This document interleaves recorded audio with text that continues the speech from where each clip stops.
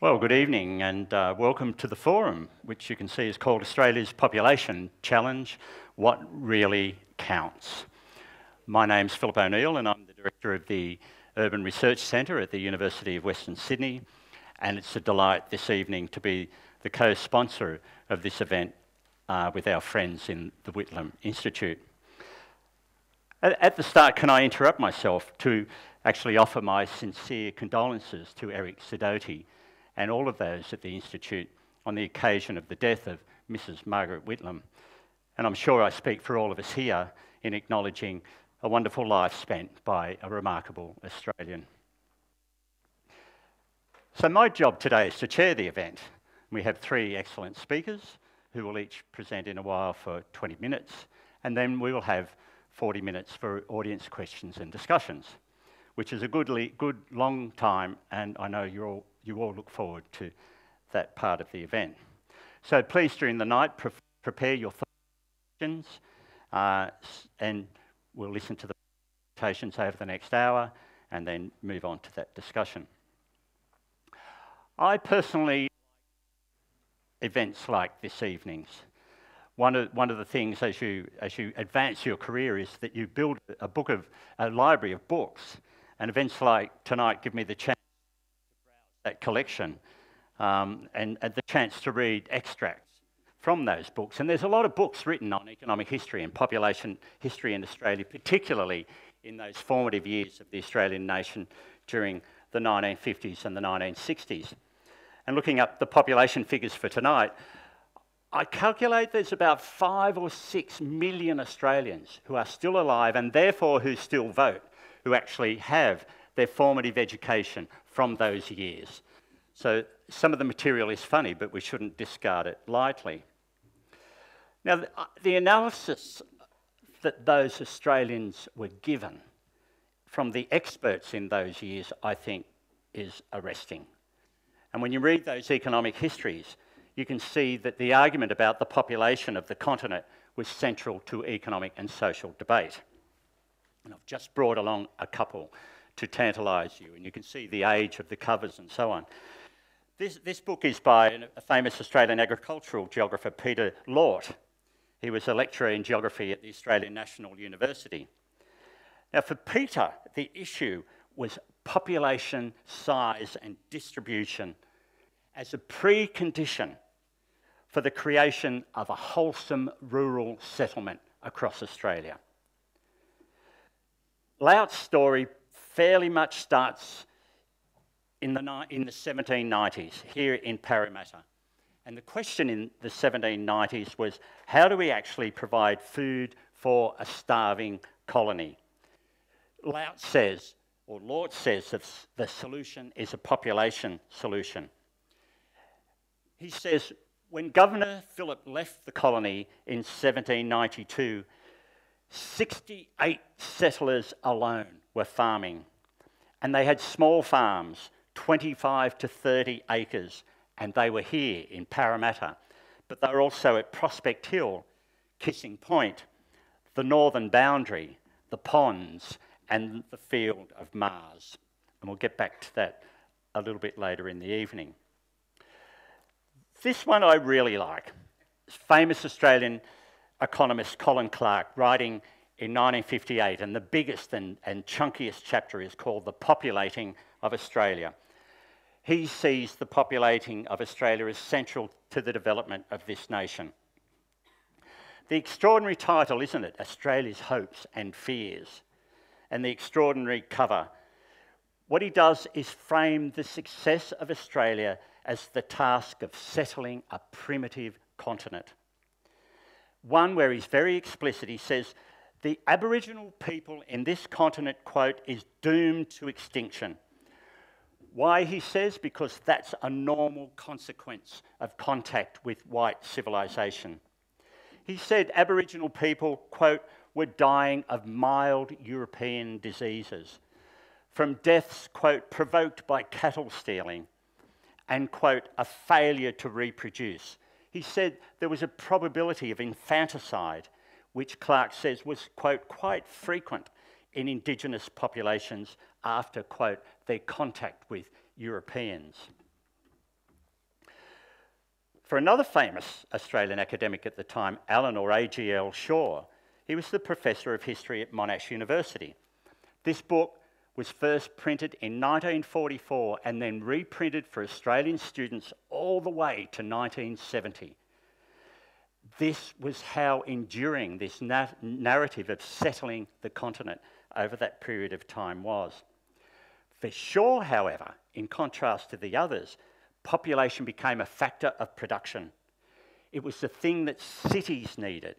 It was the supplier of labour for post-war manufacturing development, and it was the supplier of markets in a protected economy for the sale of product. Now, through all of these authors, it's extraordinary that central to them was this notion that the type of population we had something to do with the moral fabric of the nation. Clark, in particular, questioned the concentration of peoples in our cities. And he hauled up a French academic by the name of Hilary Belloc. And Clark warns, quoting from Belloc, "If you must suffer a capital city, which will be a sink of crime, your rulers will grow rich by deceit, but the large communities will separate into strata and the mass will become poverty-stricken." So Clark warns about the intake of people from around the world and their concentration in cities. It's extraordinary, isn't it, listening to all of these authors, that 60 years on in Sydney, the legitimacy of Aboriginal occupation of this land is still denied. The relationship between economic growth and population remains disputed, and the presence of a cosmopolitan mix of people in our cities continues to be presented as a moral question. Australia's hopes and fears still revolve around the population question. Tonight's forum addresses these questions and more, and I'm sure, like me, you look forward to the presentations. So on we go. It's my pleasure to introduce our first presenter, who's Glenn Withers. Glenn is Professor of Public Policy in the Crawford School at the Australian National University. And by the way, Sir John Crawford, after whom the Crawford School is named, was a very close colleague, in fact co-author, of our friend Colin Clark. Besides a distinguished academic career, this is Glenn I'm talking about, Glenn has had an active life in public affairs, and people like me would know him most recently as the founding CEO of a group called Universities Australia, which is the higher education representation and lobby group. Glenn's been a distinguished writer in economics and public policy in a range of things from conscription to the economics of the arts. In fact, one of Glenn's books on conscription heavily influenced the Whitlam government to end the draft in 1972 during the Vietnam War. And Glenn, it's obviously something that personally I have to thank you for that particular advice. In the population area, Glenn is chair of, or has been chair of the National Population Council, formed by Prime Minister Hawke, head of EPAC, the Economic Planning Advisory Council under Prime Minister Keating, and has chaired various public inquiries. Fittingly for tonight, Glenn is the holder of the Officer in the Order of Australia, and Glenn's citation merits his development of the Australian immigration points system. And I notice even this week, Glenn hitting the headlines once more with a new Centre for Economic Development of Australia, CEDA report on population policies and governance for a greater Australia.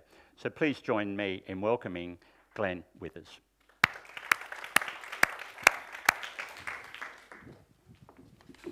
Thank you, Phil, for that helpful introduction, particularly because you've set the context that these are issues that are very complex and are going to be with us as long as there are humankind present on this planet, because what we're dealing with is people. And this is a classic case of, as the Prime Minister might put it, people are us.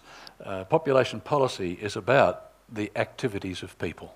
And in our case, we're particularly focused upon population in Australia. But of course, Australia in many ways, and Parramatta itself, where we are tonight, is a microcosm of these issues as they impact upon the planet that we inhabit and upon the lifestyles and ways of life that we conduct in our day-to-day lives. And so population issues are not going to go away, and that's in particular because they affect so many things that we do. They affect our economies, our home lives, our working lives. They affect the environment. They affect our social opportunities and social progress. They affect our relations with other peoples around the world.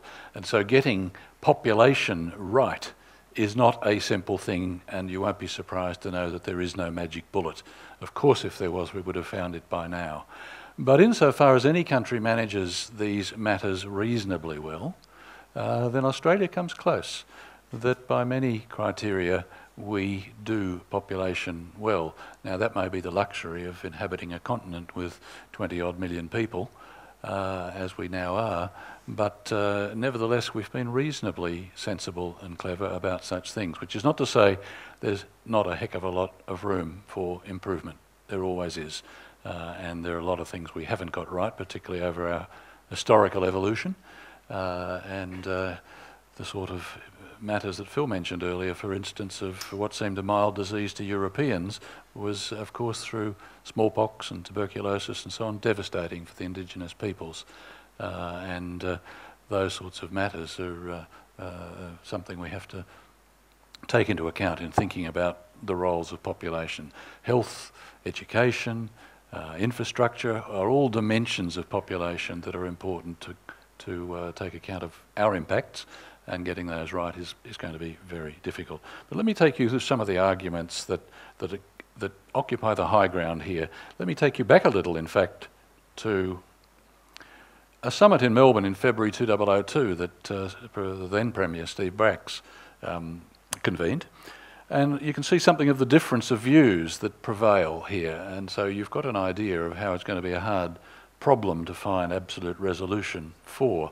You had the environmentalist Tim Flannery addressing the audience for this summit, saying a population of 6 to 12 million would give Australians enormous flexibility in dealing with environmental and other problems. Former Prime Minister Malcolm Fraser also appeared at that conference and said that a population of 50 million will boost the economy, promote national stability and increase Australia's influence. So 6 million or 50 million? What should be the population of Australia, even in numbers, let alone more complex issues such as composition, location, lifestyles, living standards and so forth?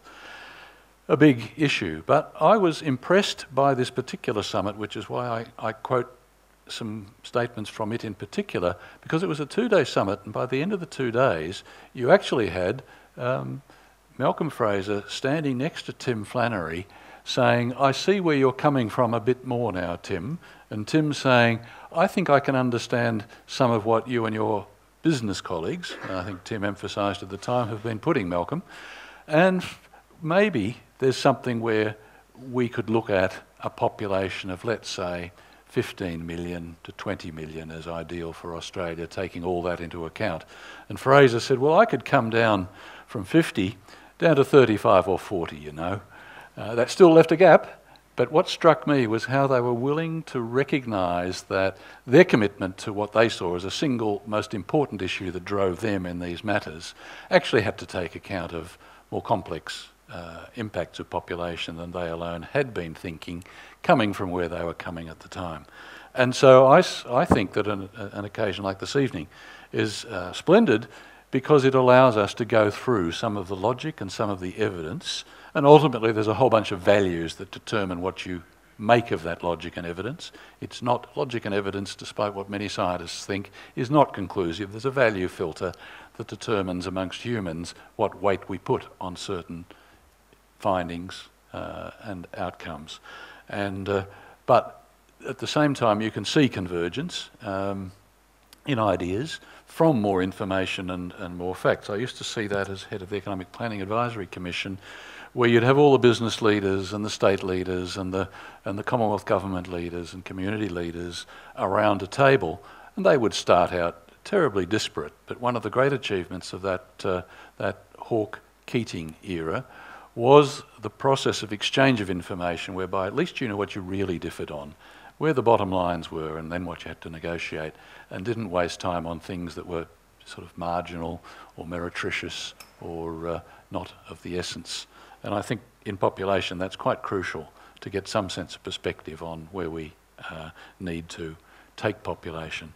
And there's no answer that says it's 35 million or whatever, tempting as that sometimes is for politicians, because the conditions that influence these things change.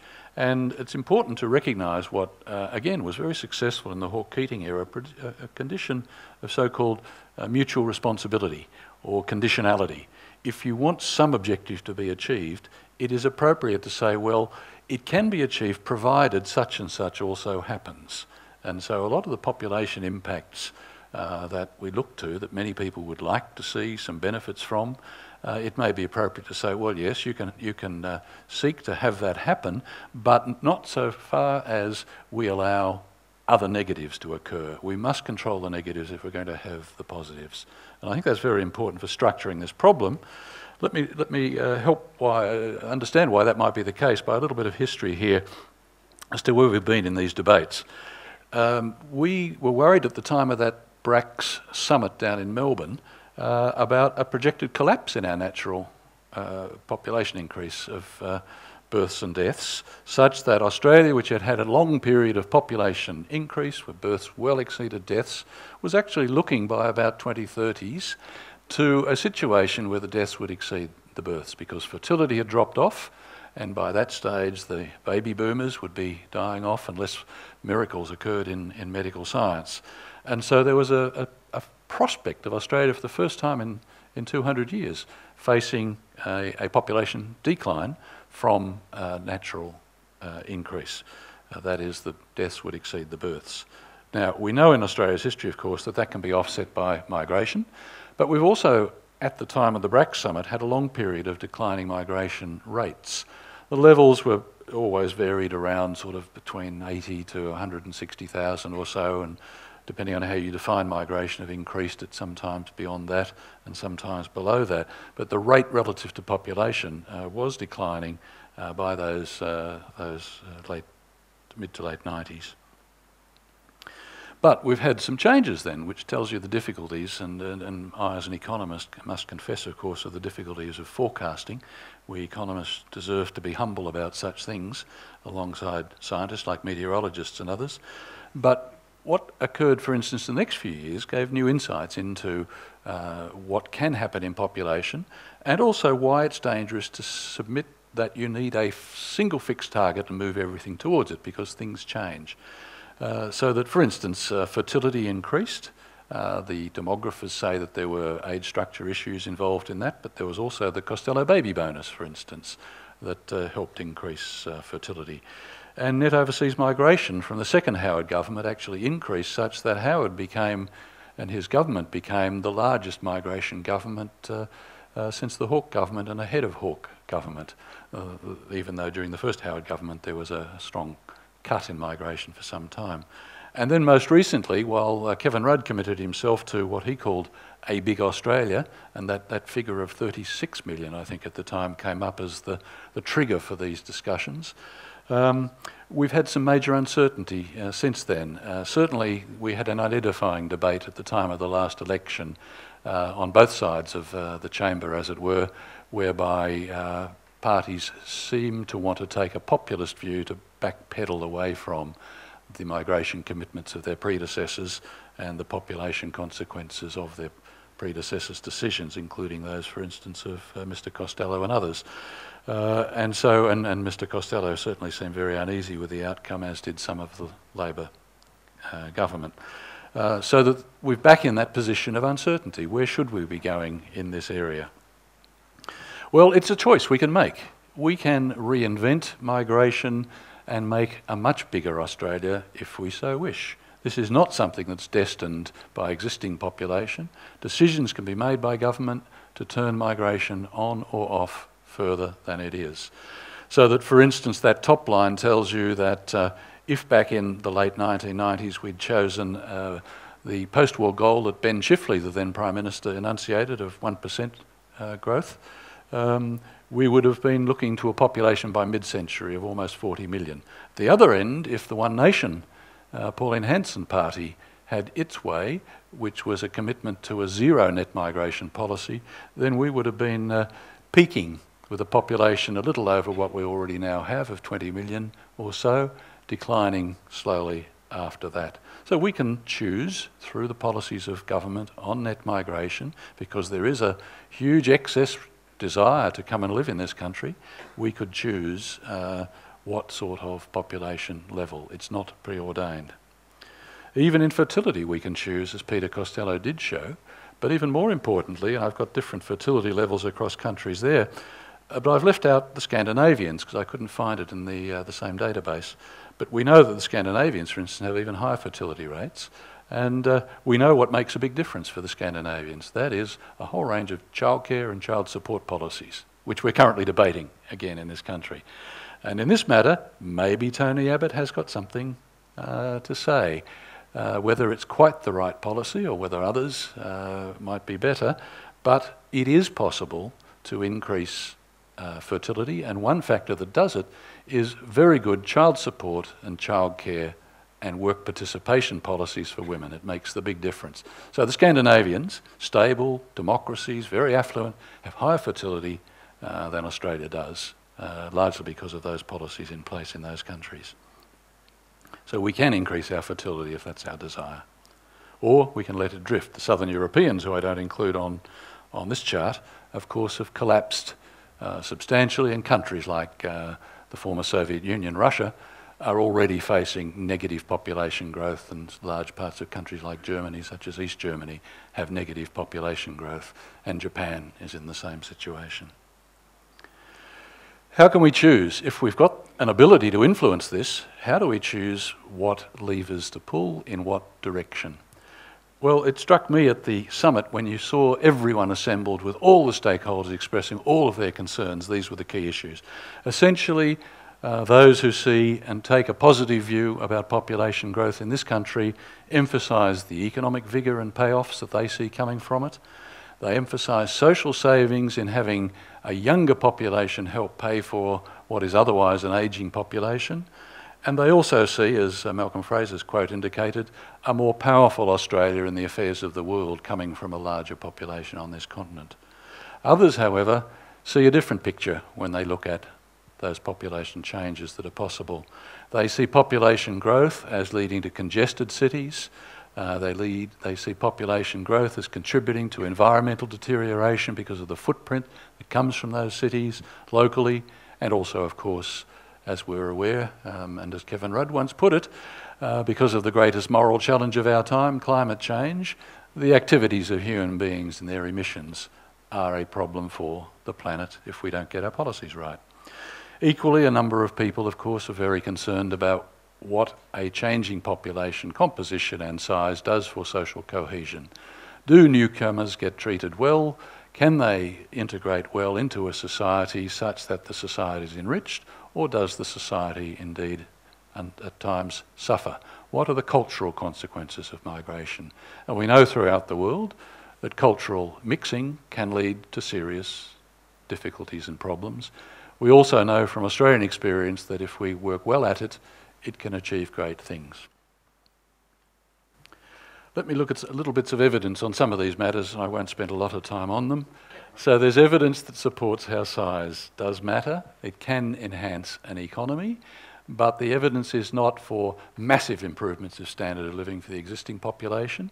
So a condition should be that care is taken to ensure the existing population does benefit from new arrangements of this kind if they're to support increases in population. For example, they should not be crowded out in their education activities and achievements by bringing in well-educated and skilled people from elsewhere who don't contribute to the enhancement of domestic education at the same time.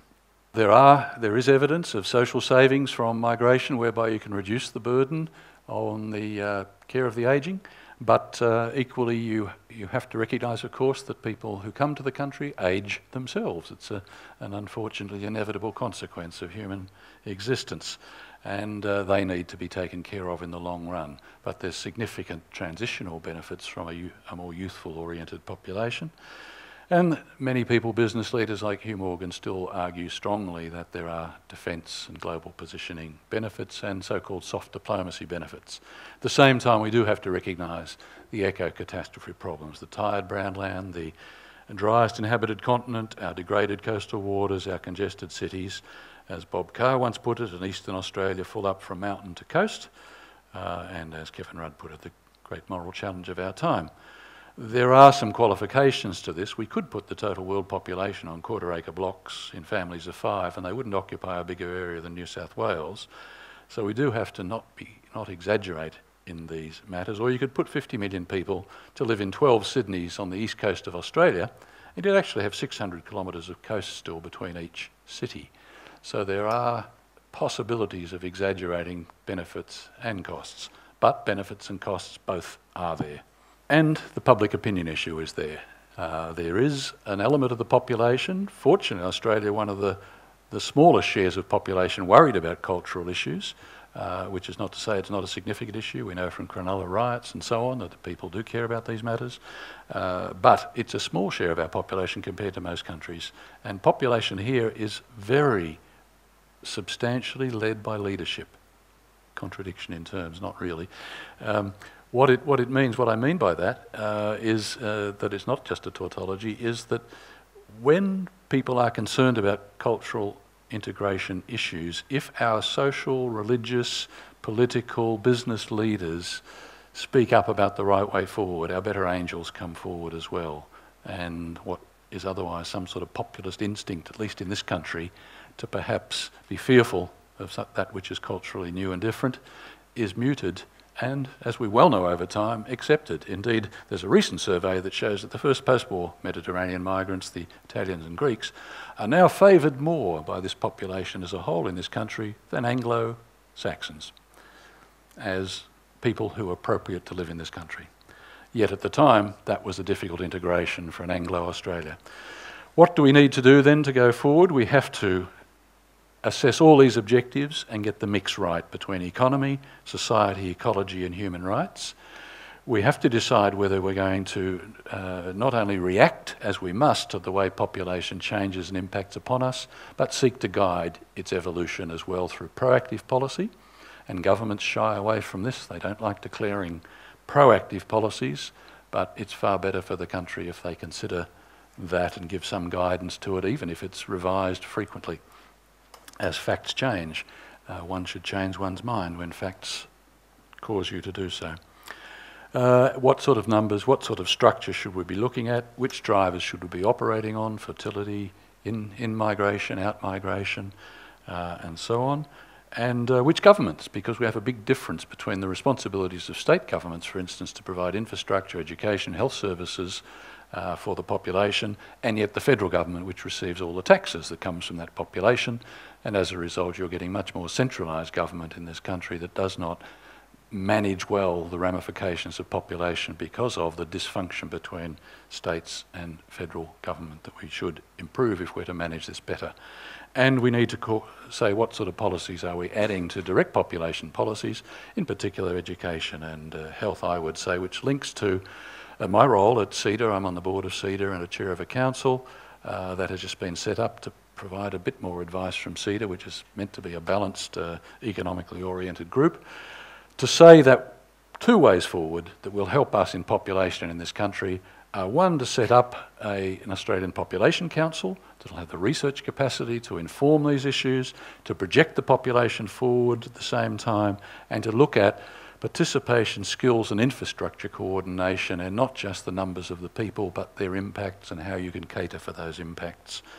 And look perhaps at a future generations report to replace the intergenerational report. The intergenerational report was very focused on the so-called burden of an ageing population, which for those who are ageing is a wonderful thing indeed, but there are issues of care and social security, and a future generations report would add balance to that concern by emphasising how to deal with all of these activities and issues.